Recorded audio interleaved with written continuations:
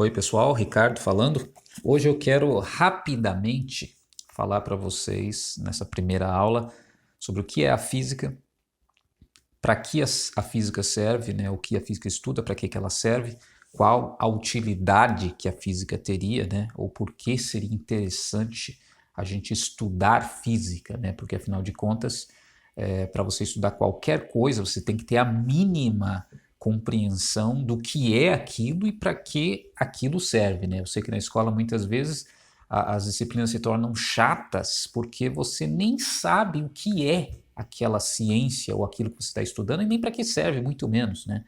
Então é muito difícil você ter qualquer interesse em estudar alguma coisa se você não tem compreensão dessas duas coisas. Então o que é a física? Rapidamente, primeiramente.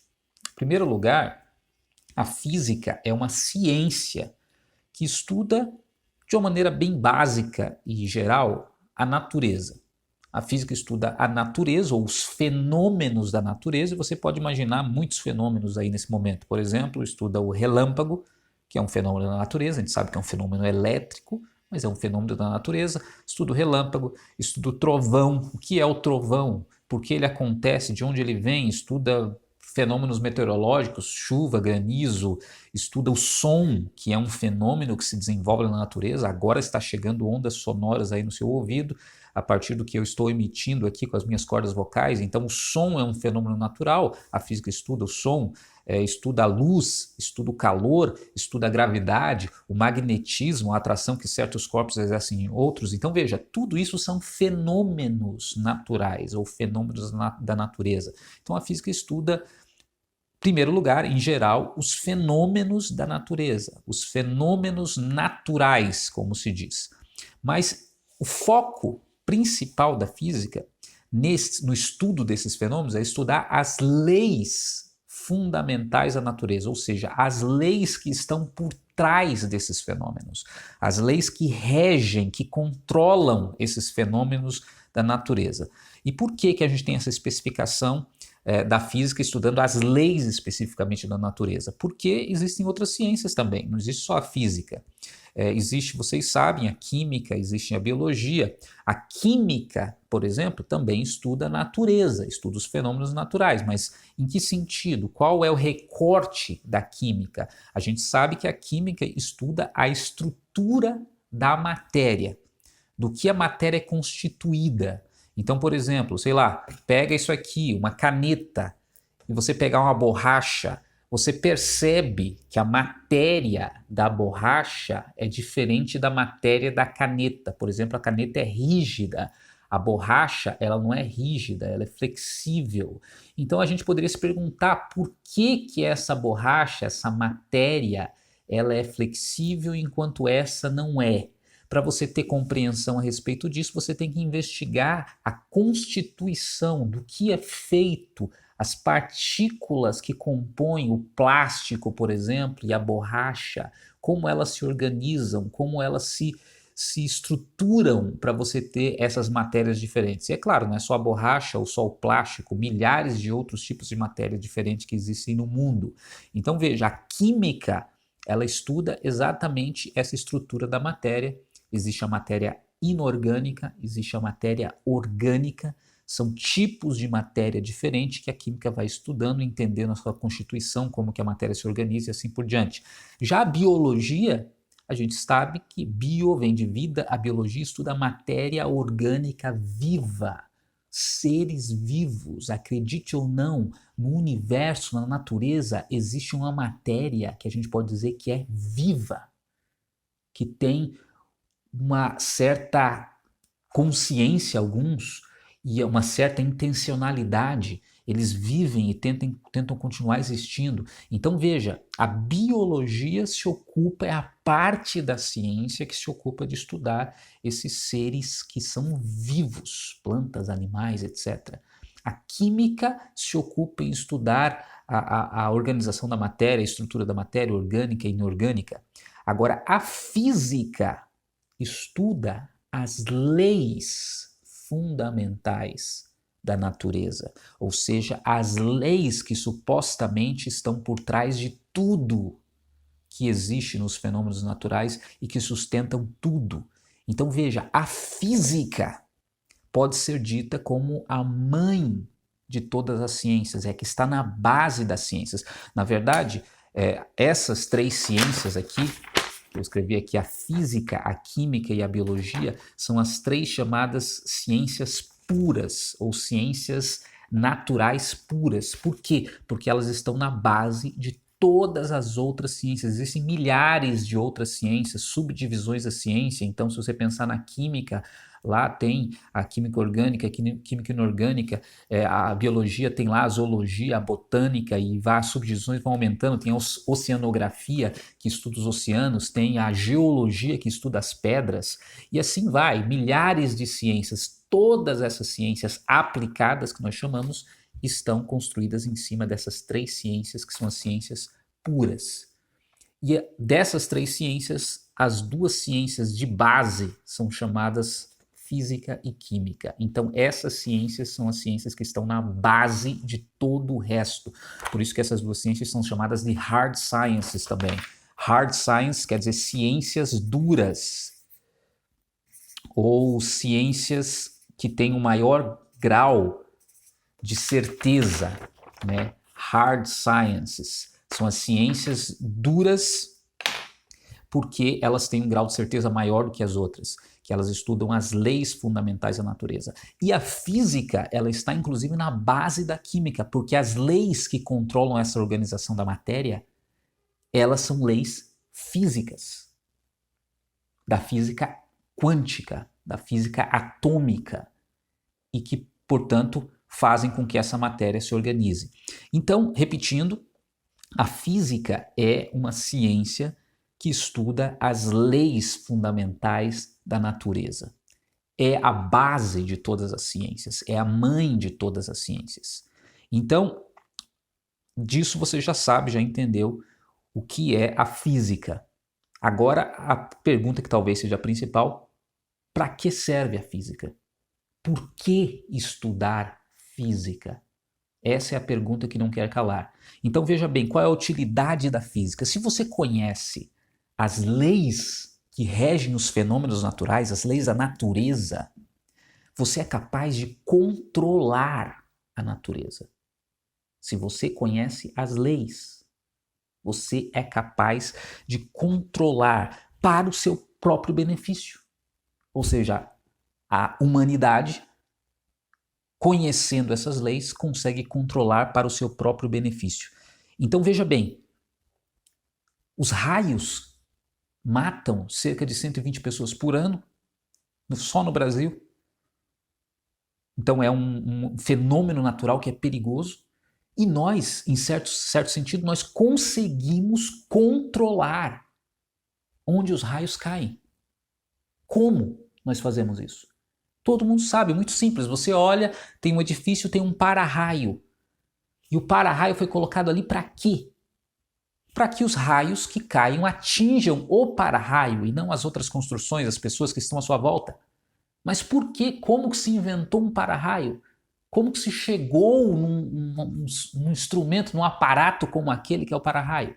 Se chegou porque, conhecendo as leis que regem os fenômenos elétricos, nós fomos capazes de interferir. Nós fomos capazes de controlar esses fenômenos e fazer com que o raio, por exemplo, caia naquele mesmo lugar, no lugar que eu quero. Então veja, conhecendo as leis da natureza, nós somos capazes de controlar, em certa medida, os fenômenos naturais. E a gente poderia falar isso a respeito de várias outras coisas. Por exemplo, a gente consegue controlar o calor. Alguém pode dizer assim, não, calor a gente não pode controlar, a gente não consegue controlar. Como não consegue controlar? Se você tem um ar-condicionado na sua casa, você está conseguindo controlar o fluxo de calor, a temperatura que aquele ambiente vai ficar. Então você só consegue fazer isso como? Conhecendo as leis que regem os fenômenos de calor. Se você conhece essas leis, você começa a conseguir interferir nos fenômenos naturais, a seu próprio benefício. E do mesmo jeito que você pensa na eletricidade, nos raios, no calor, você pode pensar na chuva.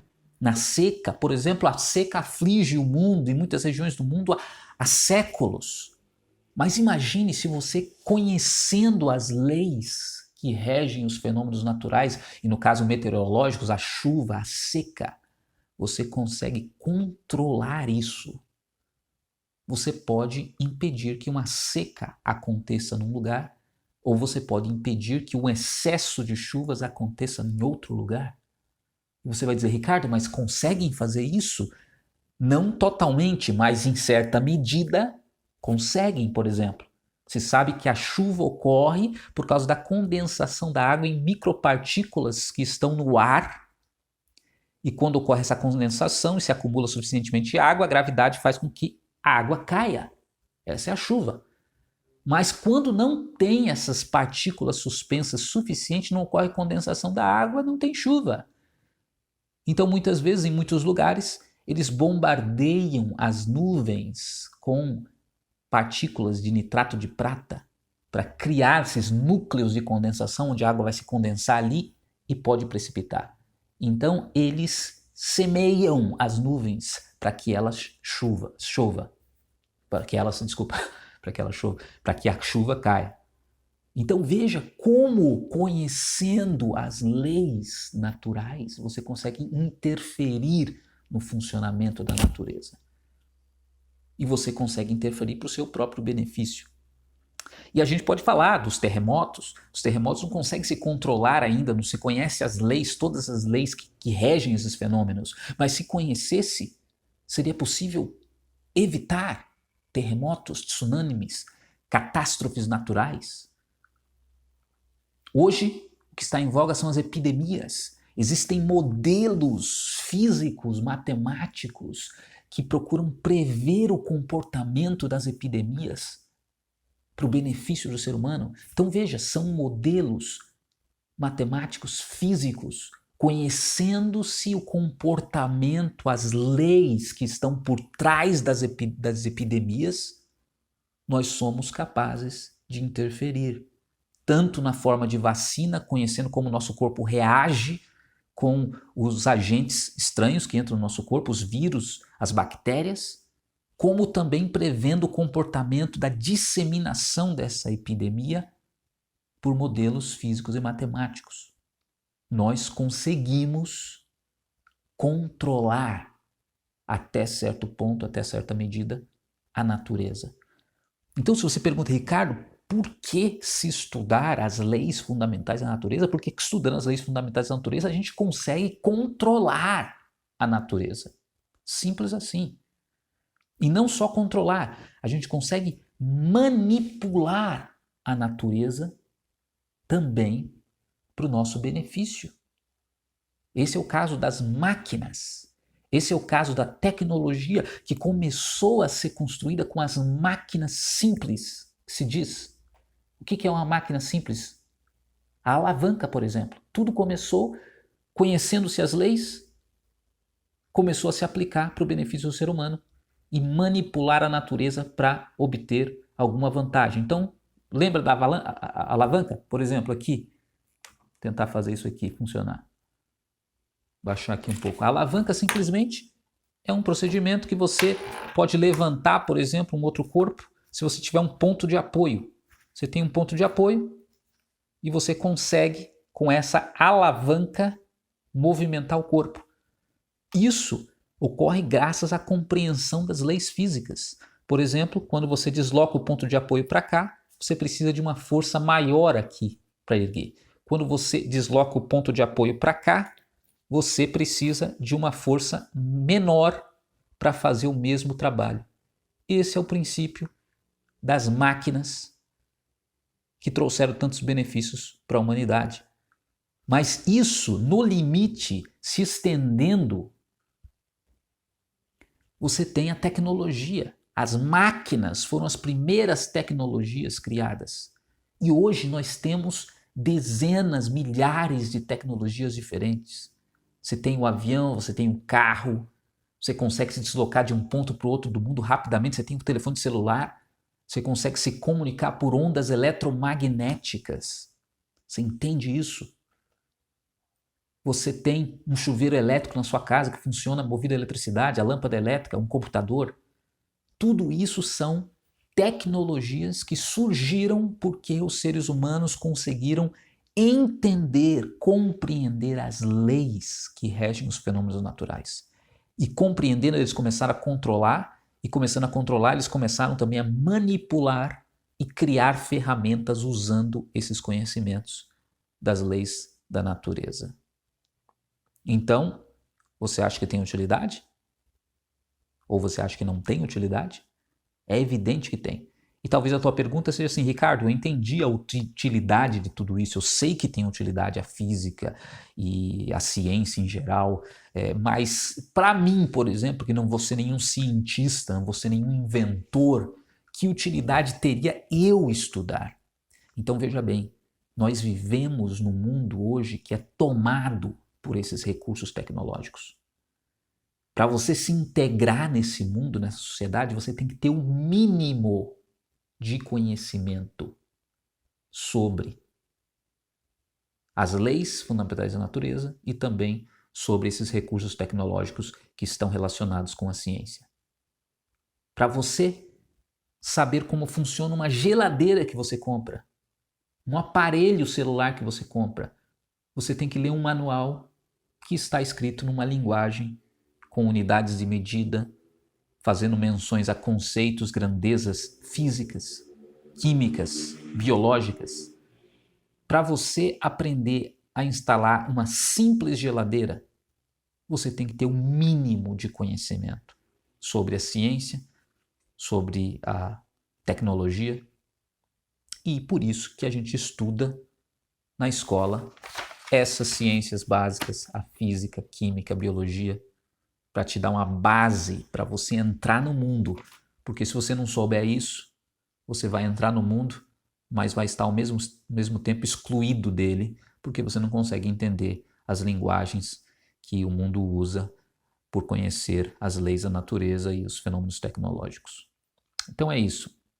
Para que a física serve? O que é a física? Física é a ciência que estuda as leis fundamentais da natureza. É uma das 3 ciências básicas puras que existem e é a principal que está na base de todas as outras. E por que a gente estuda a física? Porque hoje em dia é praticamente impossível você viver no mundo integralmente sem conhecer minimamente as leis, a ciência e também a aplicação dessas ciências na tecnologia. Valeu? Então a gente continua na aula 2 falando um pouquinho sobre os ramos da física e sobre a linguagem da física, que é muito importante, principalmente que a gente vai estudar, porque a gente vai estudar na sequência. Valeu então? A gente se fala, até mais.